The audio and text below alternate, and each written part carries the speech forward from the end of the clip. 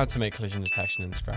First, to actually build this collision detection, we're going to need a game or some sort of movement system to start with. For this, I'm going to use my Flappy Bird code that I made in this video. You can either copy it from the video or you can just remix it using the project link below to follow along. Or if you want to go your own way, you just need anything where the player is moving and may come into contact with any other sprite at the edge of the screen. To make collision detection, there are two vital things we must do. The first is the detection. We must check if the player is touching anything, like another sprite or the edge of the screen. The second is the action. When we detect a collision, we need code we can run to do something. This might stop the player and the game, or even just make him bounce off it. In this tutorial, I'll show you how to make the game end, but the process is very similar for any other scenario. Okay, so to do the first part, we need to drag out an if statement. Then, since there are multiple things to hit, drag out some OR blocks and some touching detector blocks. We can just arrange them like this and then put them into the condition of the if statement. This script we just made checks if the player is touching any sprite or the edge of the screen. Now put this inside of the forever loop. It doesn't really matter where you put it because this will be looped through so fast that it won't really make a difference. Now let's test our code. But just before we do, I'm going to be making a series and all the little skills like this that you need to know to make epic Scratch games, like collision detection and scoring. So subscribe so you don't miss that. Now back to the testing. Let's just quickly fly into the pipe. When you do this, you'll notice that exactly nothing happens. And why is this? Well, if you think about it, our code is only checking for a collision, but doesn't actually do anything when we're touching the object. That's why the second component of collision detection, i.e. the action, is so important. To make the action, we're going to take out a hide block and a broadcast message block. This will broadcast the game over message to all the other sprites, which can then carry out their own behavior when they get this. Okay, and when you hit the green flag, you'll have collisions. The game ends and the game over screen shows. If that didn't work for you, double check your code looks like mine. Thank you for watching, and on screen now is the perfect video for you.